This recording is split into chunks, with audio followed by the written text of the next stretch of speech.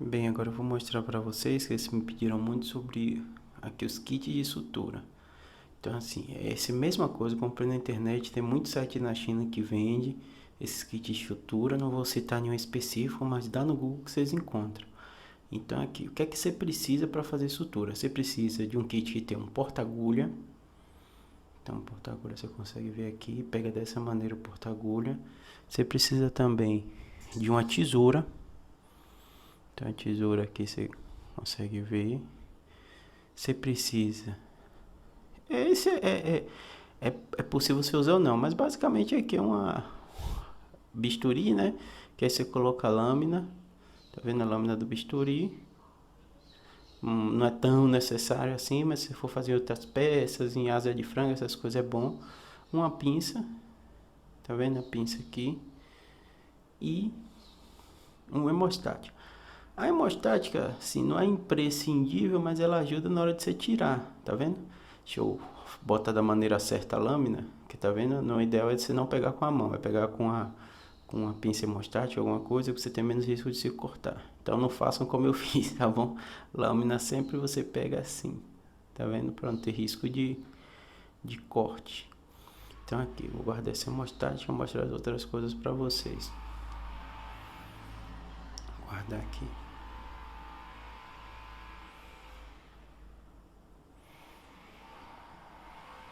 Eu vou pegar o outro pra vocês darem uma olhadinha aqui como é. Eu tenho, como eu te falei, né? Eu tenho vários kits de sutura. Então aqui é o outro. Você vê que é a mesma coisa, porta-agulha, a, a, a pinça. Vou pegar direitinho a pinça pra vocês verem como pega. É assim, tá vendo? Aqui tá a pinça. Aí aqui você tem a pinça hemostática, tá vendo? Essa é curva. A curva é melhor um pouquinho pra você poder pegar. Aqui você tem bisturi, que tá aqui também. E vou mostrar para vocês as outras coisas que são importantes você vir no kit também, que é o mais importante, talvez um dos mais importantes, que aí você tem que ter quantidade, que é justamente os fios. Então esse fio é um fio de nylon, mononylon 4.0. Você pode até ter um fio mais grosso, sabe, 3.0, mas nesses kits que eu comprava acabando vindo 4.0 e é o fio mais fininho do que eu costumo usar, mas é bom, né? Porque quanto mais fininho, mais difícil, então para treinamento você tem que sempre elevar a dificuldade, né? Então aqui você vê que eu compro vários, eu compro sempre em quantidade. Esses e o bisturi também vem no kit. O bisturi eu quase não uso, sabe? Mas acaba que o kit eles vendem quase tudo completo, então acaba vindo junto aí as lâminas. Todas que eu usei foi na verdade só para mostrar para vocês que eu tenho um vídeo aqui sobre como montar bisturi e tudo isso. Agora o nylon não, mano, o nylon eu uso bastante mesmo. Vou abrir aqui para vocês verem.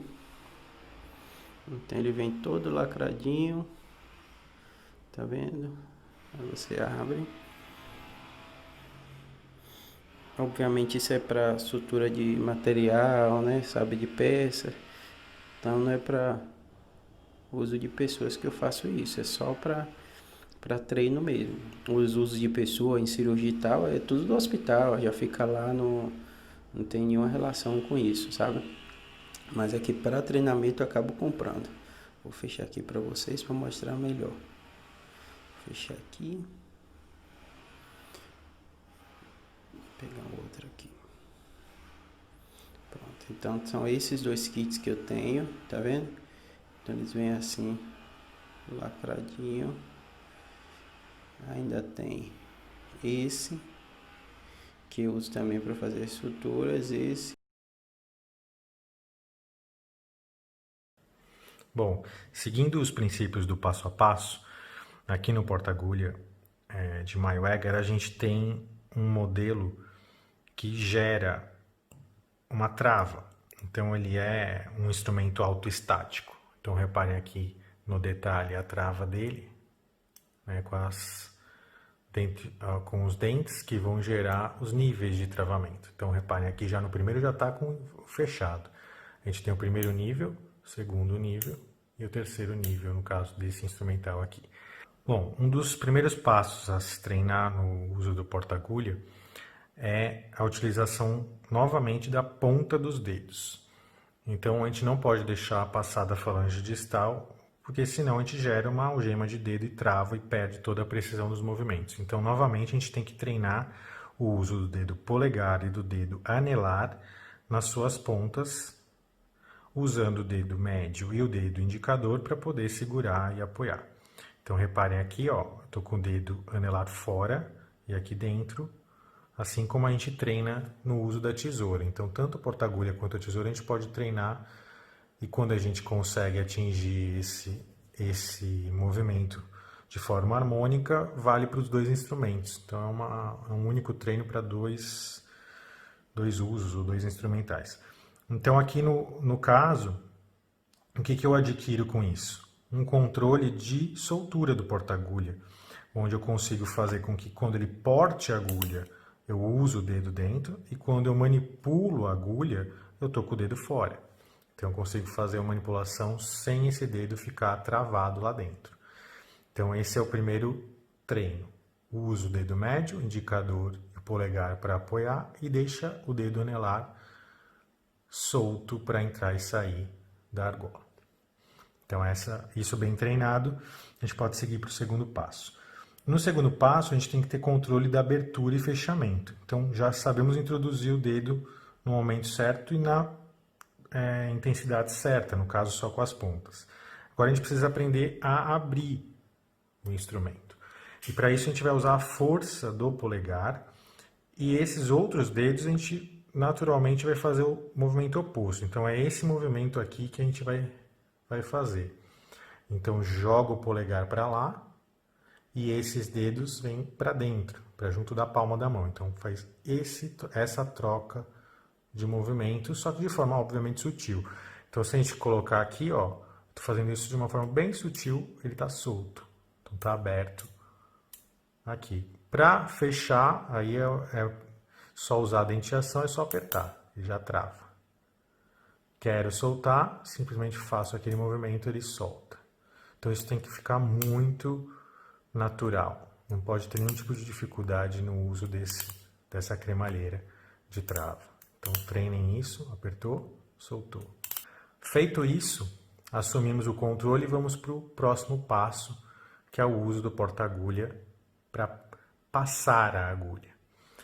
Então, sabendo que a gente pode controlar o anelar, a gente se aproveita disso e tira ele para fazer esse movimento. Reparem que quando eu tiro, eu assumo aqui a haste do porta-agulha no ponto que eu quiser. Eu posso segurar aqui, posso segurar aqui, posso segurar inclusive na ponta dessa forma aqui. O que isso me garante? Não só a precisão de estar segurando com a própria empunhadura natural da sua mão, né, e não dependendo dessa trava de argolas, então eu não estou travado, e sim eu estou solto. E eu posso principalmente fazer isso aqui, ó, que é alternar ou rotacionar o porta-agulha. O ideal é que no treino vocês consigam fazer isso aqui, ó, tanto para um lado quanto para o outro. O último seria a devolução do dedo. Então, depois de feito essa rotação, a gente vai fazer isso aqui, colocar de volta o dedo. Então, o primeiro passo se torna o último passo. Então, começa com esse treino, abre, depois rotaciona, depois coloca de volta como começou. Depois de treinado isso, aí sim a gente vai para algumas manobras de empunhadura para vocês verem as vantagens desse tipo. Então vamos lá. Se vocês repararem, né, aqui num eixo de sutura, quando a gente faz isso aqui, olha o meu punho, né? Eu fico totalmente travado. Então quando eu faço esse movimento de passagem, eu gero esse tipo de eixo. Então reparem que isso aqui não vai seguir o ângulo de a posição perfeita. Então como é que eu vou passar a agulha fazendo isso aqui, ó? Reparem o eixo que ela faz, o desenho que faz. Então esse movimento não é o mais perfeito ou mais preciso, porque ele não é um movimento natural do uso do instrumental. Esse instrumental foi feito para portar a agulha e depois para passar a agulha. Então reparem que quando eu tiro meus dedos da argola e seguro ele dessa forma, eu consigo fazer movimentos harmônicos. Então tanto o normal, que seria o normal hand, que a gente traz para cá, reparem que o meu punho está reto, então eu consigo fazer esse movimento, ó, paralelo à incisão, então eu faço isso aqui. E consigo fazer o backhand, que é empurrar para o outro lado. Conseguiria inclusive vir de um jeito, rodo, venho do outro. Isso é um treino. Rodo, backhand. Normal hand, backhand. Então a gente faz esses movimentos até se tornar natural e sempre acompanhando o paralelismo com a linha de incisão. Repare que meus dedos estão fora. Depois disso, já está treinado, mas você já segurando assim, ó, você simplesmente treina a colocar o dedo anelar para já sumir o porta-agulha. Olha o que acontece, ó. Coloco o dedo anelar, já posso soltar aqui, venho com o polegar e abro o instrumento. Então, fecho, abro, tiro da mão, faço isso, olha meu dedo aqui, ó. Então, esse treino tem que acontecer, ó. Segurar o porta-agulha. O polegar é o indicador. Depois de ter feito as manobras, elas se tornaram harmônicas. Agora, olha meu dedo aqui, ó. Vou fazer de forma rápida. Feito isso, a gente pode já utilizar uma agulha. Reparem que quando eu estou portando a agulha, eu fixo. E olha só. Aqui no caso eu estou com uma agulha curva. Então eu vou usar a curva dela da forma rotacional. Então se ela tem uma curva, eu tenho que respeitar essa curva. Então quando eu passo de um lado ao outro, olha o movimento que eu faço. Rotação do porta-agulha. Quando eu tiro o dedo, eu consigo ter um controle maior e inclusive em situações mais delicadas eu consigo segurar a ponta do porta-agulha e fazer a passagem, a perfuração de uma forma bem mais precisa. Então isso também é um treino interessante. Outro treino é você não usar mais a mão para segurar a agulha e usar sim agora a pinça. Então, segurando com uma pinça, a gente vem, segura, trava. E vamos fazer, ó, reparem que eu já tirei minha mão, meus dedos, né? Faço a perfuração.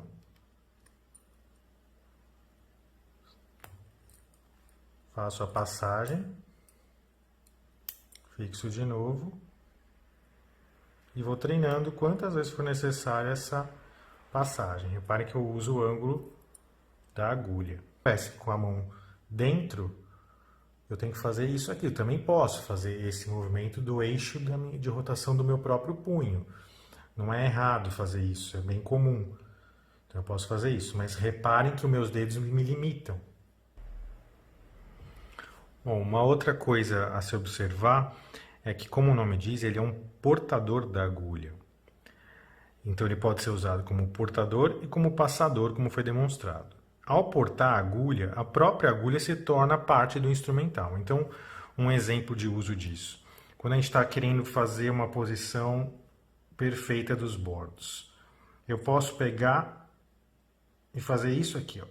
Ao tracionar, por exemplo, os dois lados do tecido, eu traciono com uma pinça o lado que eu vou perfurar e o lado já perfurado eu uso a agulha empurrando o tecido.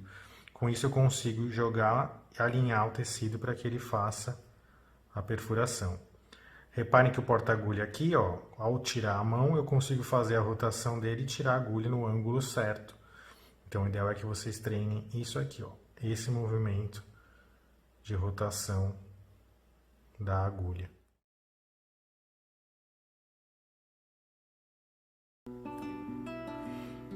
Bom, agora eu vou mostrar para vocês as 5 formas fundamentais de utilização de uma tesoura dentro do universo cirúrgico, da rotina cirúrgica. Se a gente observar, o dedo a ser utilizado é sempre o dedo anelar.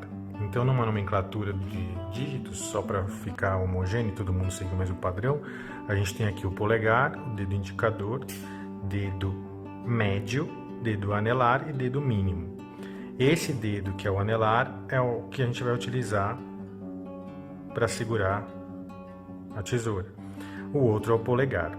E reparem que o correto é o dedo não aprofundar muito na tesoura, senão você cria uma algema de dedo, fica travado, não consegue fazer as movimentações. Eu preciso usar até a outra mão para poder me soltar aqui.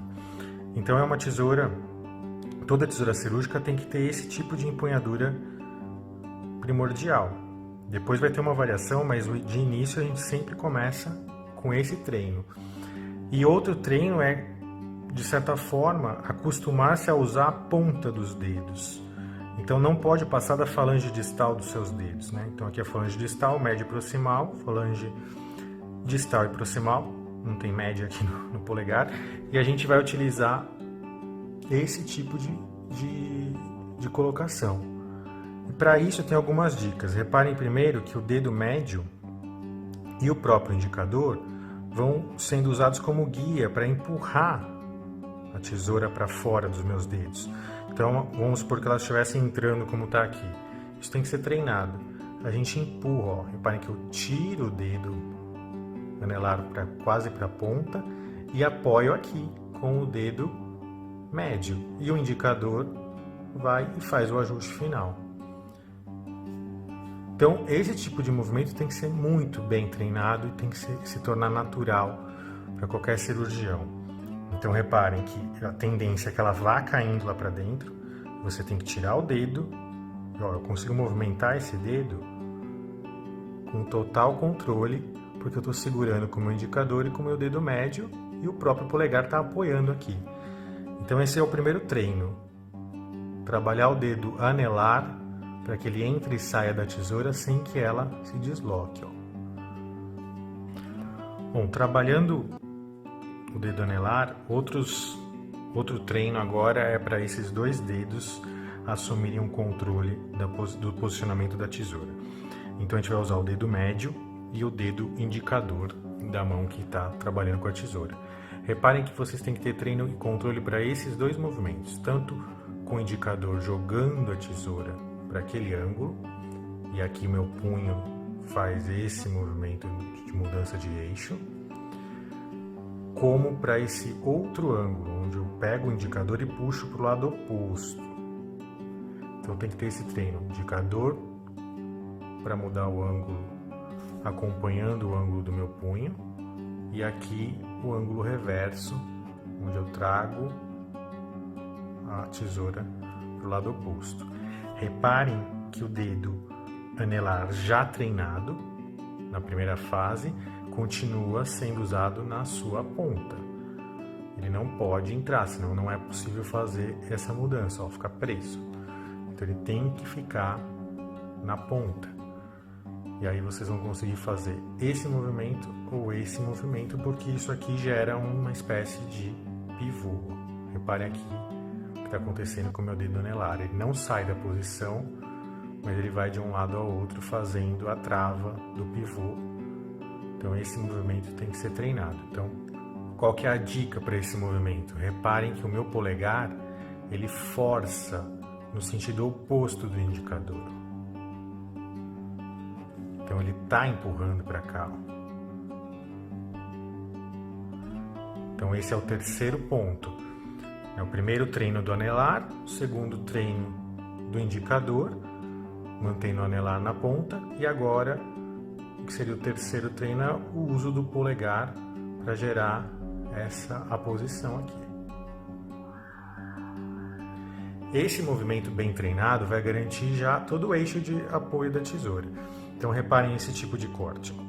A gente consegue fazer o corte natural, um dos mais tradicionais, onde a gente tem aqui caudal, aqui cranial, né? Se a gente fosse trabalhar no animal fazendo uma linha mediana, a gente seguiria o corte preciso, porque eu estou trabalhando com as pontas dos dedos e meu punho relativamente curvado. Não é uma posição muito confortável, então é natural que a gente jogue o antebraço para lá, para poder fazer o eixo ficar mais homogêneo, mais harmônico. Então esse aqui, reparem que o meu indicador está empurrando nesse sentido para que ela faça o corte. Para fazer o reverso, a gente não vai trocar de mão e nem muito menos trocar nossa posição de cirurgião. Eu não vou sair e mudar meu eixo. Então o que eu faço? Eu uso aquela manobra treinada, o segundo passo. Pego o meu indicador, inverto e faço agora com aquele uso do polegar, que é o terceiro passo, eu praticamente tiro ele da haste. Ó. E só de empurrar aqui eu já consigo fazer o controle dela, de abertura e fechamento. Então quem trabalhou, quem deu o start da mudança foi o indicador. Mudei. Alinhei o punho, ficou no eixo da mão, 180 está no mesmo eixo. E aqui você faz com o polegar a mudança. Então esses são os cortes clássicos, né? No sentido normógrado ou caldo cranial e depois crânio caudal ou retrógrado. Eu faço a volta da tesoura. Um último movimento eu vou demonstrar agora, que ele é talvez o mais complexo e muitos até nem sabem que existe esse movimento cirúrgico que eu vou mostrar agora. Eu vou mostrar em detalhes e reparem que a gente vai usar um pouco do treinamento, mas a gente vai ter que adicionar uma nova manobra agora. A gente tem esse controle já, então dedo anelar, médio, indicador e o polegar, só nas pontas. Segurando nesse formato, a gente vai fazer uma inversão agora da tesoura. Reparem esse movimento que eu vou fazer e vou repetir depois. Aqui é o único momento onde eu vou tirar do meu anelar e colocar a tesoura no meu dedo médio. E aí eu vou usar o anelar e o dedo mínimo para apoio dela. Então reparem que esses dois dedos estão segurando a tesoura, ela não vai cair. E agora sim eu faço aqui com o polegar, eu faço o corte. Então, reparem no movimento, a gente vem no sentido clássico, ó, mesmo uso dos dedos, então reparem. E aqui eu inverto e faço a volta. Então isso aqui, no sentido normógrado, transverso, e aqui retrógrado, transverso. Normógrado, retrógrado.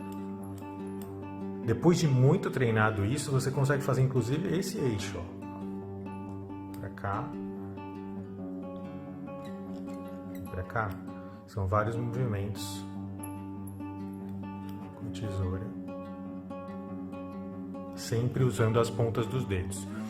Então, algumas dicas, ó. Reparem aqui, lentamente, ó. Eu tiro os dedos, seguro ela na haste assim e já coloco o dedo médio no lugar e já está apoiada.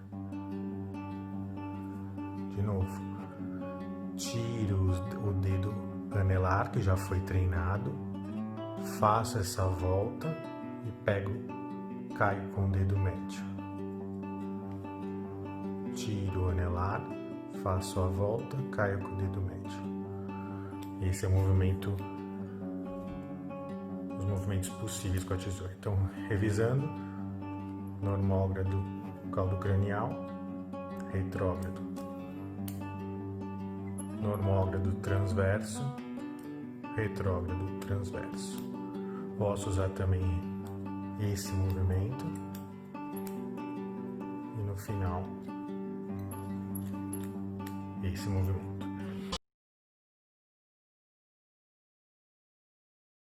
E aí, Veste, tudo bom? Eu vim aqui hoje para falar um pouquinho de como é que vocês podem realizar o treinamento de suturas em casa, tá? Sem precisar de nada muito elaborado, vocês não precisam ter um animal, nada disso, tá? Somente com frutas, vocês podem realizar com pano, tá? Então, segue a dica. E aí, o que vocês vão precisar para fazer esse treinamento em casa, né? Com frutas vocês conseguem treinar em casa tranquilamente, tá?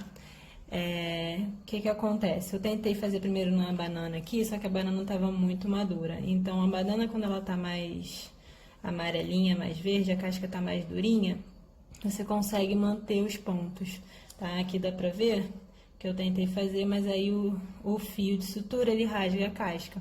Então, se vocês forem usar uma banana, usem aquelas mais verdinhas, tá? Então eu fui fazer com a tangerina. E aí aqui na tangerina a casca, como é mais dura, a gente consegue fazer melhor. Aqui eu fiz alguns pontos simples, estão vendo? E aqui eu fiz alguns pontos contínuos, um ponto simples. Aqui foi uma tentativa do festonado, só que acabou acontecendo do fio rasgar a casca. Não sei se dá pra ver aqui. O fio rasgou a casca e não ficou tão bonitinho, mas dá pra treinar também, tá vendo? E aqui eu fiz mais um, tá?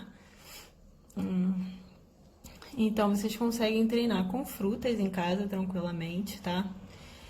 Então, outra opção seriam panos, tá? Você pode usar aqueles panos aquele material para fazer bordado e treinar ali no pano, tá? E o que você vai precisar ter em casa? Uma tesoura, uma pinça e o ideal é que você tenha um porta-agulha, tá? O meu porta-agulha quebrou, então eu fiz esses com uma pinça hemostática, tá? Mas o ideal é o porta-agulha, tá? Então são coisas simples que você precisa ter em casa. O fio de sutura, que o nylon ele é o mais baratinho, você consegue comprar em loja de material médico. Então vamos aproveitar a quarentena e treinar suturas em casa? Fala aí no comentário quais são essas suturas que eu fiz aqui. Você sabe quais são?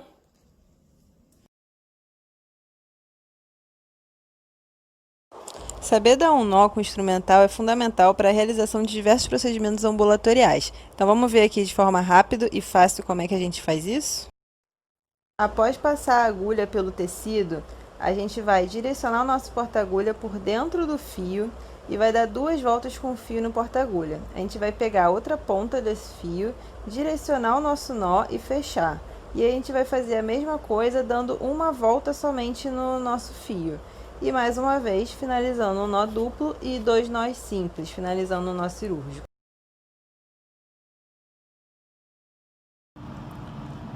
Olá pessoal, então hoje a gente vai iniciar a aula prática de sutura simples. Então você pode estar num pronto-socorro e chegar um ferimento para você. Aqui nesse caso a gente vai simular na língua do boi um ferimento incisivo ou cortante. Então vocês estão vendo um ferimento, né, que pode ter pego a pele e subcutâneo, músculos, e a gente vai fazer a síntese, ou seja, a sutura dos ferimentos por plano. Como um ferimento, a gente fala que o ferimento é superficial quando não pega plano aponeurótico, não pega músculos. Então aqui um ferimento, a gente vai simular um ferimento superficial. E o atendimento começa sempre com a limpeza do ferimento. No caso, a limpeza, se o ferimento estiver muito contaminado, você pode lavar com soro corrente, tira o excesso de sujeira, pode ser terra, o que tiver, e você vai fazer depois a antisepsia. Mas se for um ferimento cortante simples, num ambiente domiciliar, que não precisa sujo, você pode proceder direto à antisepsia da lesão. Primeiro a gente pega gases estéreis.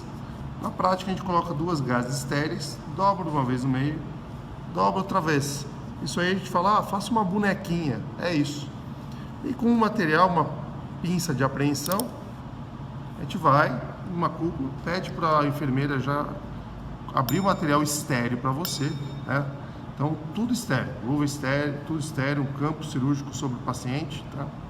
Depois a gente vai colocar estéreo, a gente vai fazer antisepsia.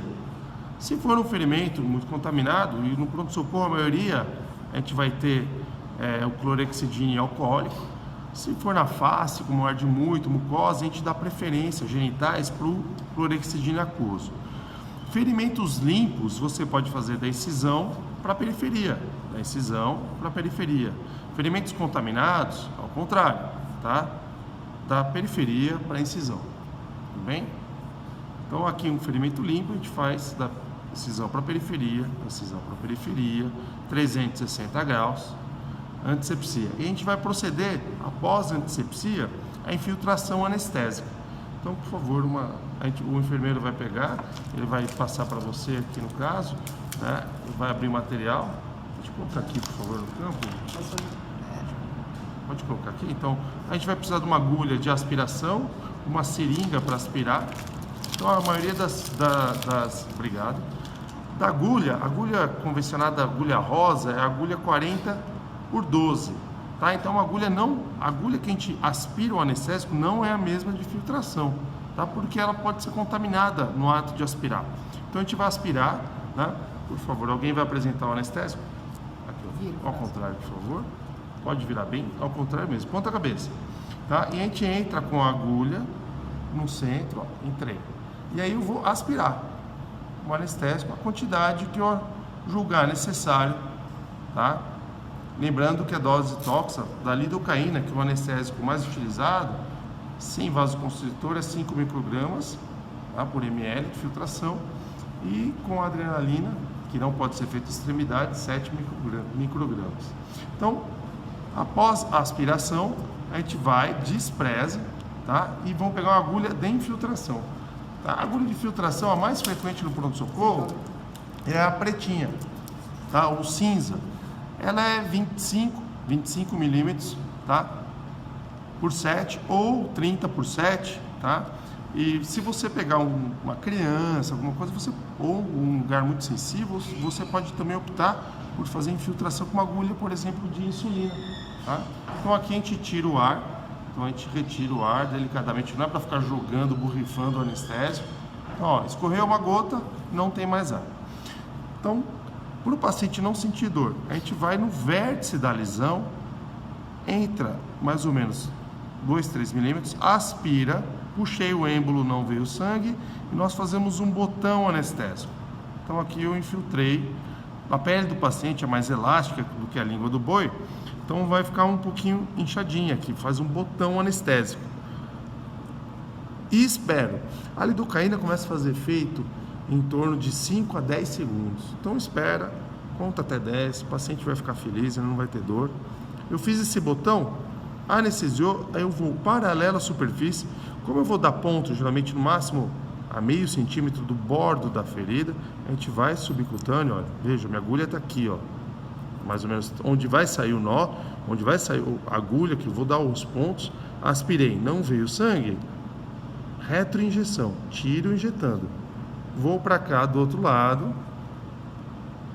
paralelo no subcutâneo, bem junto à derme, e vou retroinjetando devagar, ok. Minha agulha tem essa extensão, então até aqui eu anestesiei. Não vou na parte que ele está com dor, com sensibilidade. Aqui já está anestesiado, então eu aproveito, vou onde estava anestesiado, picadinha e vou fazendo retroinjeção. Esse lado já está anestesiado, já passou uns 5 a 10 segundos. Retroinjeção. Aqui já está anestesiado. Aspirei, não veio nada. Retroinjeção. Aspirei, retroinjeção. E aqui, que já estava anestesiado para o paciente, aspira, retroinjeção. Aspira, retroinjeção. Tudo bem? Então vocês viram aqui, eu tinha 7 ml de solução, dá para fazer um ferimento extenso de quase, aproximadamente aí, 7 centímetros. Tá? Então é isso.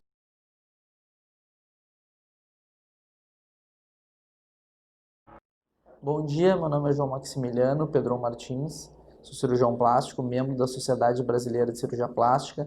Estou aqui hoje na RMed representando o Serviço de Cirurgia Plástica do Hospital de Clínicas de Porto Alegre e a Clínica Pedron. Estamos aqui reunidos hoje para fazer o programa de suturas básicas. É um programa criado pela medicina da URGS, pelo Centro Acadêmico Sarmento Leite, a Liga da Cirurgia Plástica e a Liga do Trauma, uma parceria com a RMed. Então a gente está aqui reunido na RMed, na sede deles, para mostrar alguns passos da sutura básica que serão complementados na aula teórica e prática de vocês. Então temos aqui o material básico de sutura, uma Addison Brown com dente, um porta-agulha delicado, e aqui trouxemos para mostrar para vocês as suturas. A gente tem esse material sintético para realizar as suturas, um mononylon 3, que é esse fio, um fio não absorvível e um Vicryl 3 zeros, já um fio absorvível. Então nós vamos começar agora passo a passo dos pontos. Os pontos serão dados com calma, uma velocidade lenta para que vocês consigam pegar todos os passos de cada sutura. Então vamos começar com o ponto simples. Aqui temos o porta-agulha já posicionado, a agulha do mononylon 3, vocês podem ver que ela não está bem no centro, é ligeiramente posterior ao centro. E para realizar a sutura simples, com a mão não dominante, se pega a borda da ferida, com a mão dominante a agulha entra num ângulo de 90 graus, tem que sempre realizar a curvatura da agulha para não ter nenhum trauma na pele. Pega novamente, avança com o fio, segura a outra borda da ferida, entra em 90 graus, usa a curvatura da agulha, troca. No momento de dar o ponto, até você ter uma rotina, o jeito mais fácil é: posiciona o porta-agulha no centro da ferida, gira uma vez, 2 vezes ao redor do porta-agulhas, posiciona no centro, pega a ponta do fio e cruza as mãos. Vocês podem ver que fez um nó quadrado, que é o objetivo do nosso nó. Quando a gente corre o nó, ele correu certo. Serão 3 movimentos. Novamente, porta-agulha no meio, uma volta ao redor do porta-agulha, pega a outra ponta, cruza as mãos novamente. Novamente, dá para ver bem que tem um nó quadrado.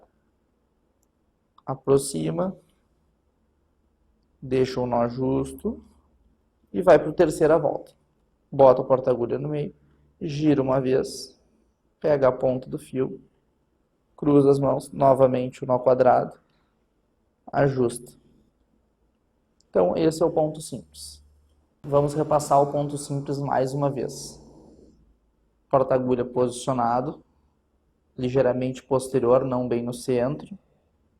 Pega a ferida com a mão não dominante, entra a agulha 90 graus, faz a curvatura da agulha, avança, pega novamente, progride, faz a curvatura da agulha, pega, avança o fio para poupar fio, 1, 2 giros, pega, cruza as mãos, nó quadrado, passa de novo, cruza de novo. Sempre lembrando que se perdeu, bota a porta-agulha no meio da ferida, dá uma volta, pega a outra ponta e cruza. Apresenta os 2 fios o colega que está ajudando, ou se está sozinho, puxa os 2 fios com a mão não dominante e corta o fio. Esse é o ponto simples.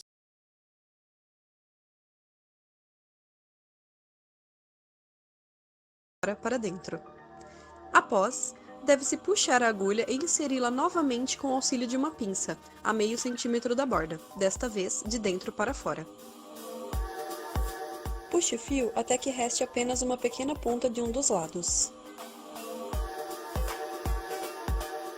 Em seguida, enrole o fio no porta-agulhas fechado, fazendo 2 voltas. Pegue a ponta do fio e tracione.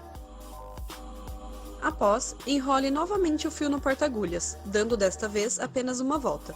Puxe e tracione. Repita o processo 5 vezes, fazendo 5 sobrenós, para que o ponto fique bem seguro.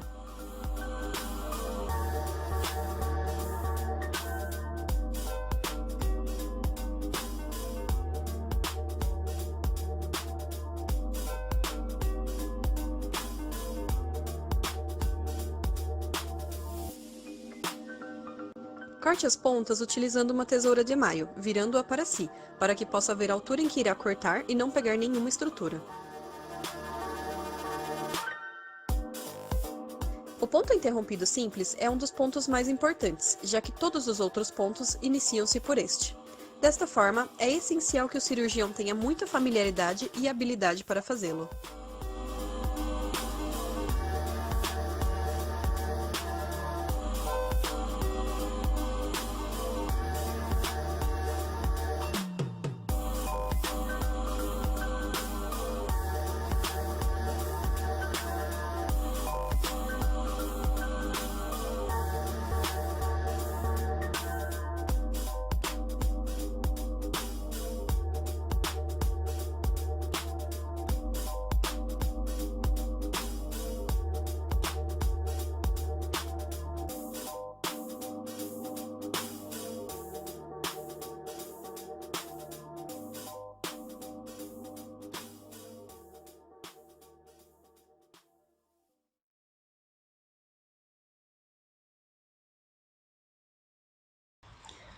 O sultã, ou em X, a gente começa como se fosse fazer um pontinho isolado simples, tá?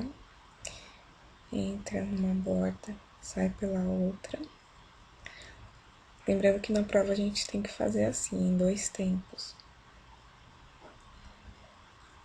Basicamente, vai mais prática, é mais rapidinho um pouquinho. Daí entra ali pelo mesmo lado onde a gente iniciou.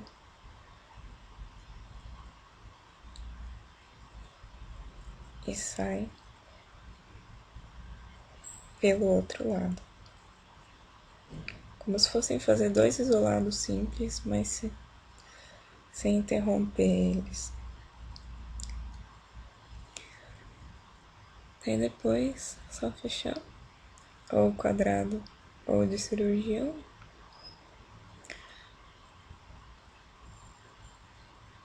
Pra terminar, dá um nozinho.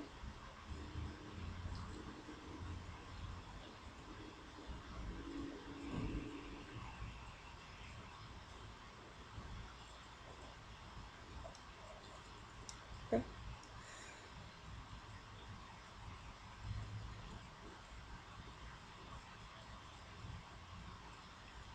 E cortar.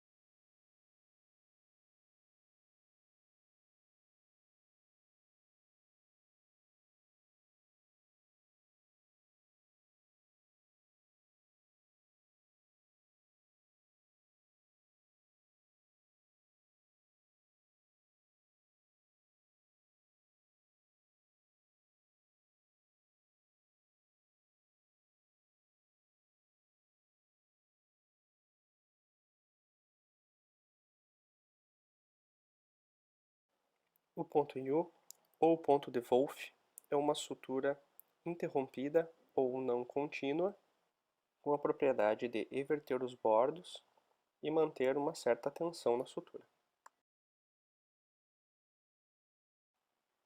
A execução do ponto U é muito semelhante à execução do ponto Donati, porém, mantemos sempre a mesma distância dos bordos, e ao realizar o retorno da agulha no sentido invertido, devemos avançar no tecido. Desta maneira, o fio percorre o trajeto do tecido de forma semelhante à letra U.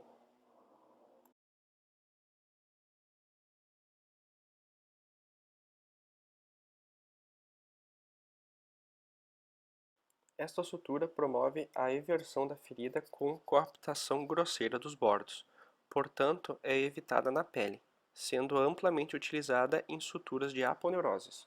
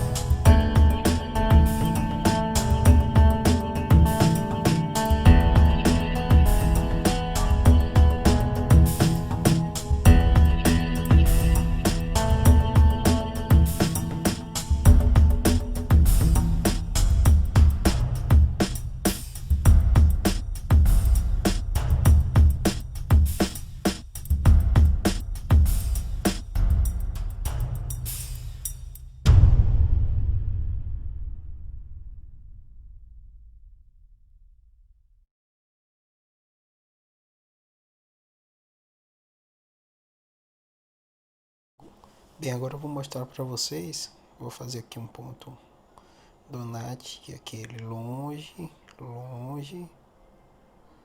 Esse fio tá muito longo, mas dá para vocês verem aqui. Agora a gente volta perto, perto. É um ponto simples, separado. A grande ideia dele é para pontos que tem muita tensão. Não é o caso daqui, mas só para vocês verem como fica, tá vendo? Então é como se ele tirasse um pouco da tensão, passando o fio 2 vezes, né? Porque no ponto simples você vai passar uma vez só. Nesse aqui, ó, como eu tô fazendo, eu vou passar 2 vezes o fio, né? Então vai ser longe, longe, e eu vou voltar aqui perto, perto. Esse fio é 4, é bem fininho, às vezes não fica tão bom como na pele, né? Fica um pouquinho aqui de novo, mas vou fazer assim mesmo. E para economizar fio também, eu tô deixando ele um pouquinho mais curtinho. Na pele mesmo, principalmente que tem muita tensão, eu gosto de colocar às vezes bem longinho mesmo e depois venho perto, perto. Que aí você consegue tirar mais ainda a tensão da ferida. Novamente, longe, longe. Vou voltar agora perto, perto.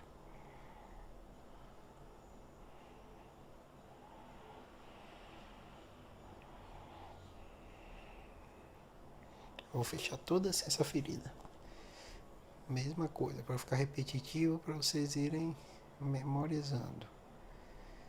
E aí o final é igualzinho ao do ponto simples, né? Eu passo 3 nós para ficar bem apertadinho e não ter que ocorrer, né? Principalmente os pontos de nylon, você tem que deixar o nó bem dado, né? Para ele não soltar, não afrouxar. Eu dei simples aqui, vou tirar. É o costume. A gente fecha muito mais com ponto simples, mas eu vou dar um donut aqui. Perto.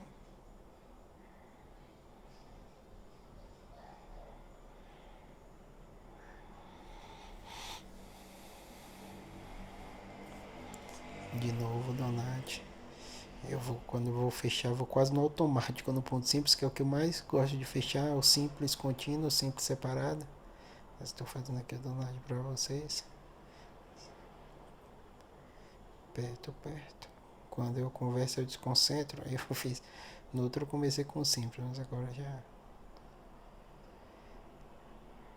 Pronto. Acho que dá para dar mais uns 3 aqui. O que falta? Vamos repetir novamente para memorizar, né? Longe, longe. Perto, perto. A pessoa pergunta muito qual a distância entre os pontos. Aí depende de você.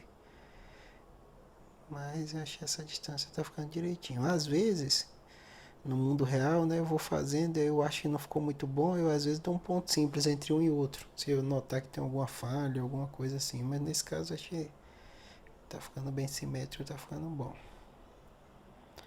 Continuar. Acho que dá para dar mais 2 aqui donut, vai ficar bem fechadinho. Mas vocês veem, né, como ele, no lugar que você deu ponto, fica a tensão maior, fica aqui. Então na ferida realmente você consegue tirar bem a tensão. O meu uso maior para ele é isso, tá vendo? Perto, perto. Fechei, o fio já tá quase acabando. Vou usar até o final, economia de fio. Vamos, acabando. Último ponto agora, vamos lá. Longe, longe. Fio quase no final. Vou ver se eu consigo dar aqui. Acho que vai dar. Pronto. Pronto, deu. Então tá bom, aí foi o donut. Valeu.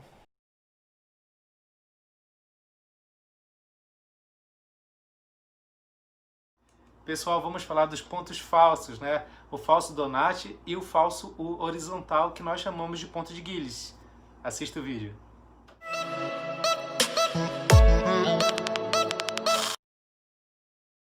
Então pode ser que você encontre na sua prática um ferimento angulado como esse.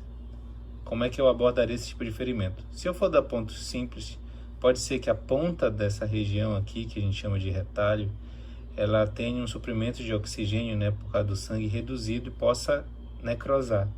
Então, ferimentos como esse, eu costumo usar esse tipo de ponto aqui, que é o falso horizontal. Como é que ele funciona? A gente tem que entrar 90 graus,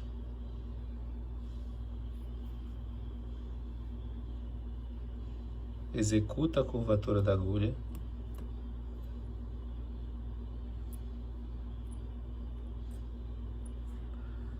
pega a agulha já com porta-agulha na posição que você vai passar,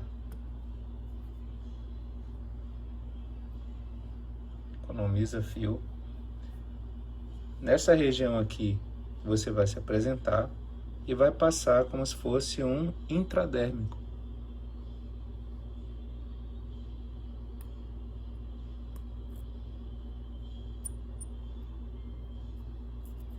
Pega a agulha na posição do outro lado. Só que aqui a gente pegou a agulha como se fosse dar um ponto nessa posição. Eu preciso de backhand. Então a gente vai virar a agulha daquele jeito que eu expliquei para vocês. Puxando pelo fio. Então, de backhand, a gente vai dar o ponto de volta aqui. Não é muito profundo esse ponto.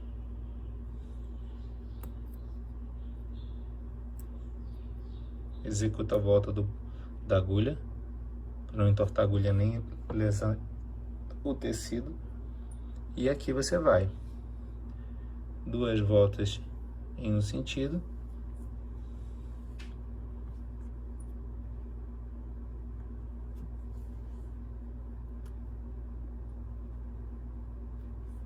uma volta no sentido oposto e uma volta no primeiro sentido do outro ponto.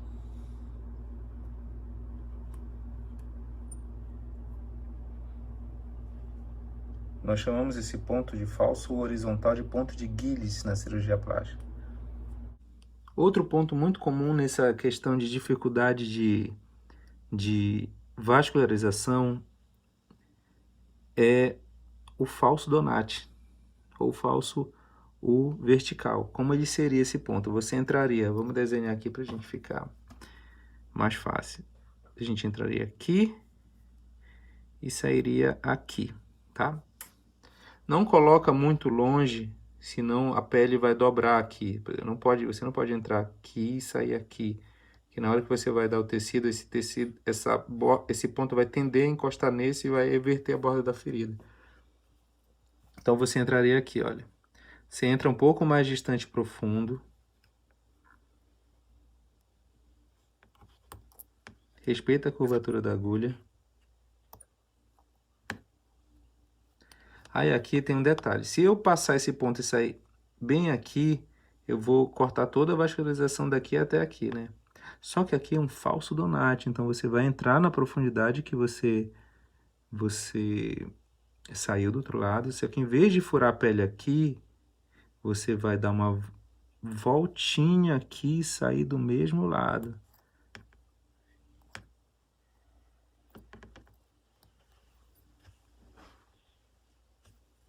Vira a agulha do jeito que eu falei para vocês. E agora a gente vai entrar superficial da mesma maneira que a gente saiu lá, naquela marcação que a gente fez inicial. Ninguém faz essas marcações mesmo, viu, gente? Isso aí é só para de maneira didática, mas vai que, né?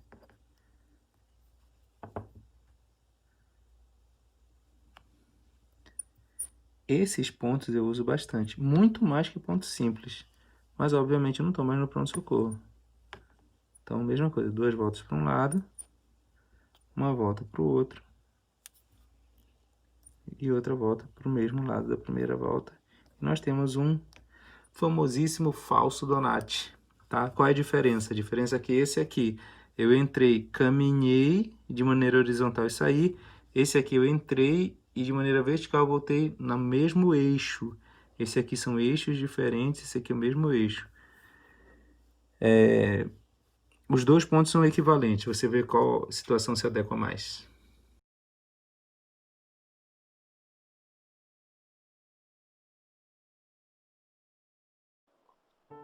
As suturas do tipo chuleio são a base das suturas contínuas. O chuleio simples é o equivalente ao ponto simples, porém executado de forma não interrompida, com seguidas passadas da agulha até encontrar o término da ferida operatória.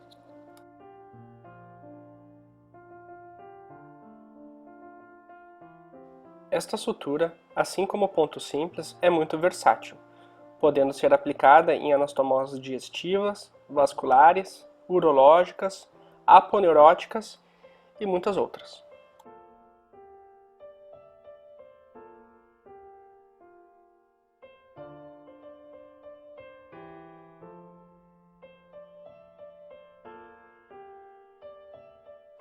O chuleio ancorado é muito parecido com o simples. A diferença ocorre no momento em que a agulha sai do tecido, ela passa por dentro da alça de fio que naturalmente se forma entre um ponto e outro.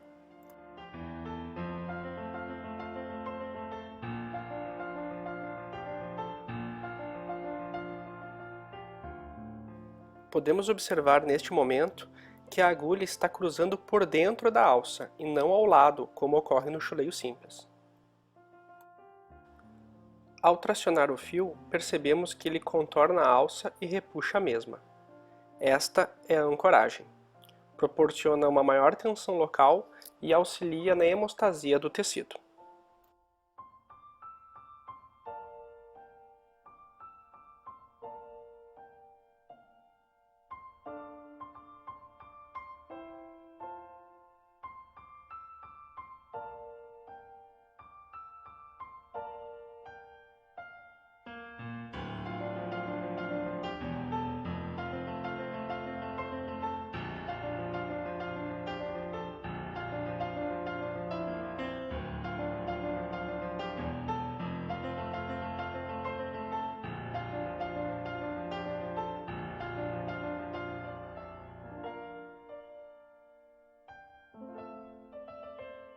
Neste vídeo, realizei a passagem da agulha por dentro da alça de 3 maneiras diferentes para deixar o mais didático possível.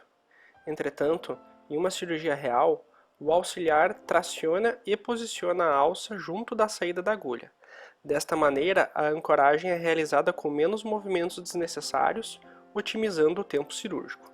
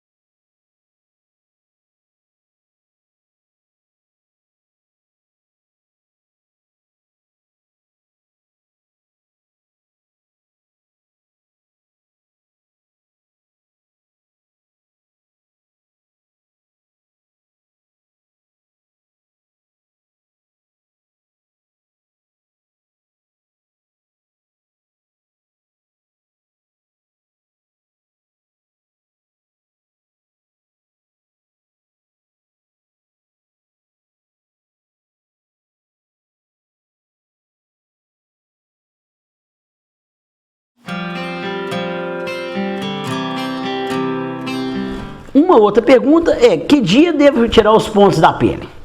É variável. Por via de regra, 7 dias é o suficiente para a cicatrização da ferida. Mas há aquelas feridas, como por exemplo as feridas na face, que podem ser retiradas dos pontos de pele um pouco antes, que melhora a cicatrização. 4 dias, 5 dias de pós-operatório na face já pode ser retirado. Mas há situações também em que a presença do ponto e a elas são exigidas com mais dias, deixando até mesmo 14 dias, especialmente nas regiões que tem tensão, então em dobras, cotovelo, na região do glúteo, enfim, nas regiões que ficam tensionados, os pontos ficam tensionados. Essas orientações também vão ser dadas pelo seu médico assistente. Como via de regra, o que eu posso falar numa videoaula, que 7 a 10 dias é o período suficiente na quase totalidade das vezes para a cicatrização de uma ferida.